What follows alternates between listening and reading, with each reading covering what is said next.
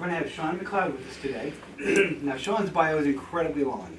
So he's going to talk to us a whole lot about teamwork, how we work as a team, how we be more efficient. So, Sean, I'm very glad to have you. As he explained to you, my name is Sean McLeod. I'm an international producer, American choreographer, but I'm the CEO of several corporations. One of the most that we'll work with today is Reaching for Higher Ground Consulting, and I help different corporations around the globe figure out how to work with its most precious and important asset, its people. We do all of these different things that happen to do with technology to really try to make that particular part of that particular company to thrive. Rarely do we actually think about the people that are running the company. Now we say that by having a kumbaya moment, right? When you get a person that might look something like me or have a pedigree like me that comes in and makes you feel good for a couple of hours, and then you quickly go back to your jobs doing exactly the same thing you were doing before that person walked in the door. Therefore, nothing has really changed. My job is to take care of that, right? So we're going to do it by doing two things, two very, very, very simple things. We're going to talk about what you like about this corporation and what you don't like about the corporation. So, what are the things that we like?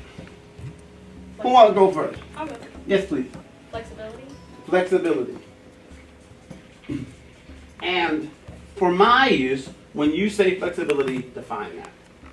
Some of us have kids, and so if we needed a day off for an activity with our child, Right. we're willing to do that. So flexibility, right?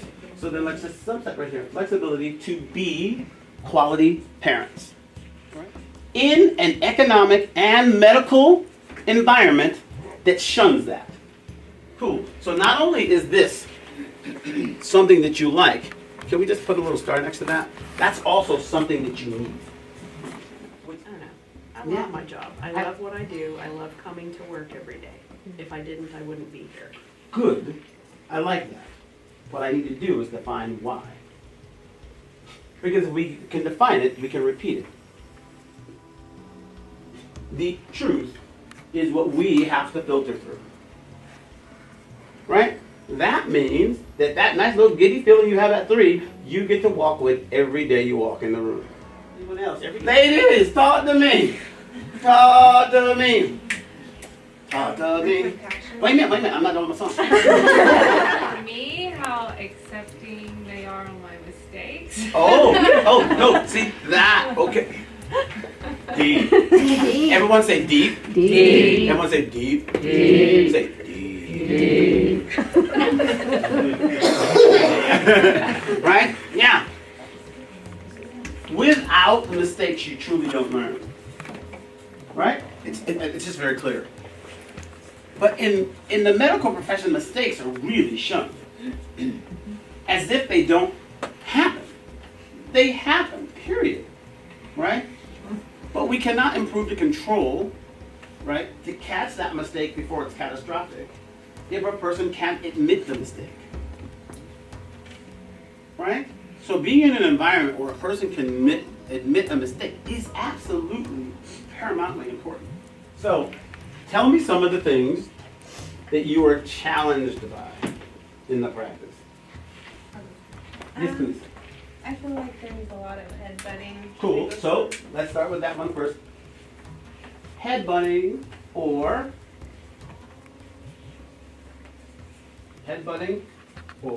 let's say personality conflict, right? Or informational conflict, or process conflict. When there's a lot of Indian chiefs, not a lot of Indians, we're going to lose the war. Right? Because we forget that we're supposed to be on the front lines as well as in the strategic line. Are you with me? That we have to have quality, inspired, and excited Indians as well as Indian chiefs. But what you must understand is the thing that will get you to truly be a respected Indian chief is to have been a quality Indian. And I've never seen a quality CEO that ever sets it anyway. Are you with me? They're always out on that front line. Does that make sense to you? So what I'm getting ready to do, I'm getting ready to go back to the future. I'm just going to rewind. No, I'm sorry. Don't do great. So here we go. The primary thing that is necessary for proper communication is patience. is patience. How many times do you say, I better not say anything? I better not say anything. Or are you the type of personality that gets that weighted burn where you just start a phrase like this, which is always bad? I just gotta say this.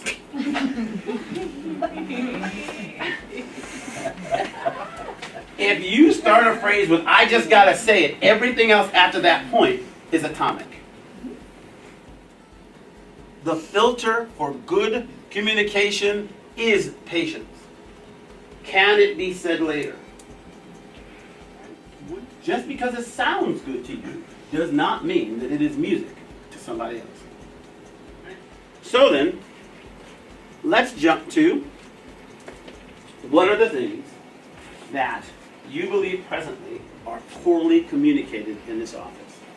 What negative personality traits specifically are the ones that drive the lack of communication that is, like I said, it's a big, bold challenge for us. What are they? So Facial expressions. facial expressions. Right, facial expressions. You stop in the mirror and actually practice what it looks like to be engaged. So it's like if I'm talking, I'm like, yeah. You have to understand. You have to understand. They just think focus. Like they're thinking like, he likes this. I am with him. And he may actually not even notice it at all because he does think he's with him. But someone else thinks, why is he cussing out the guy? Right, like that's what they think. Are you with me? So maybe like proper language.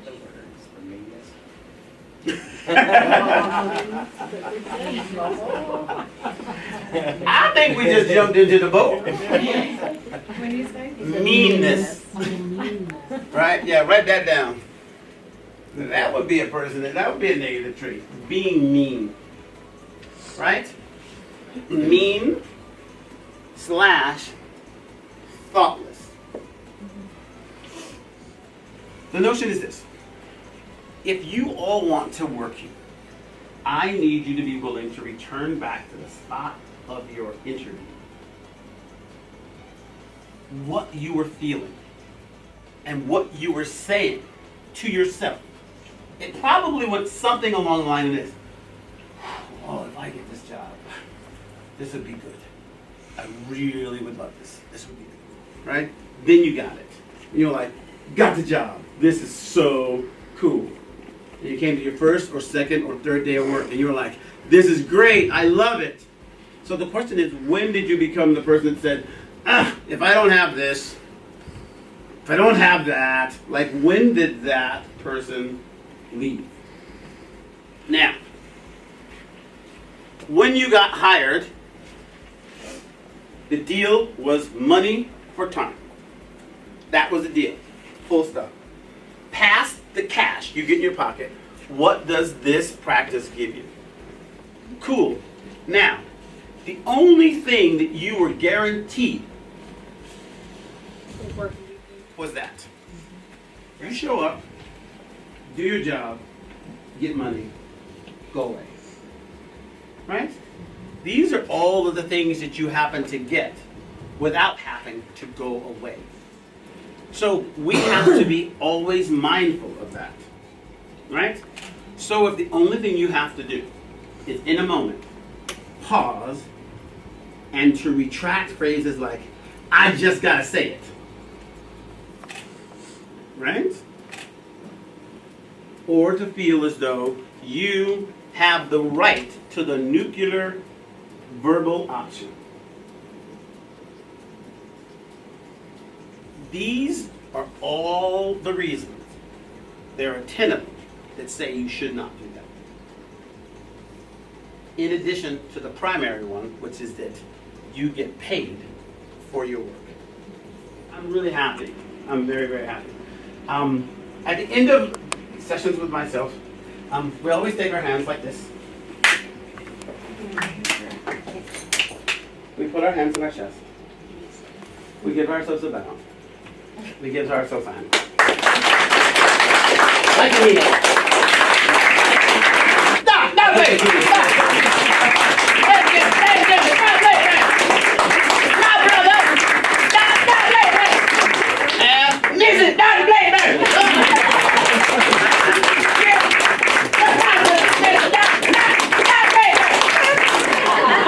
You said it right. I know. This is the dream that I have for our practice, that we love each other, we take care of each other, we take care of our patients. So this has been my dream for years. We can do this. We can all do this and have a practice that everyone wants to come to. You guys are happy to come to work. I'm happy to come to work, which I am. I love being here. I want to be this way forever. So thank y'all.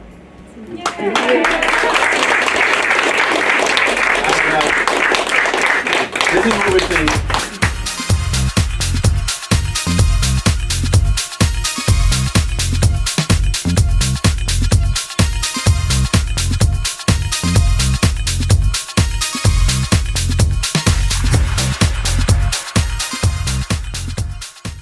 And the way that Sean can just put things together in a way that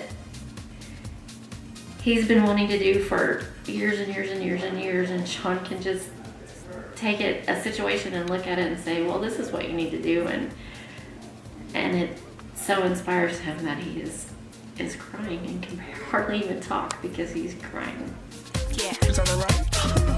To tell you the truth, it was just a little bit fresh. He said he liked the way I put my lipstick on. How many sugars do you like in your tea? I said, forget about the sugar, have a spoonful of me. At the end of the session office, I was going to get up and thank Sean and just reinforce for my staff how important this was. And I almost couldn't speak because I had such tears in my eyes.